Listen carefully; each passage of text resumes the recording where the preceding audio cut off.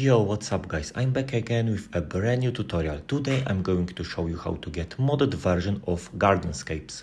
This will basically give you unlimited coins and stars in the game, which you can use to purchase anything, and don't worry, it's completely safe.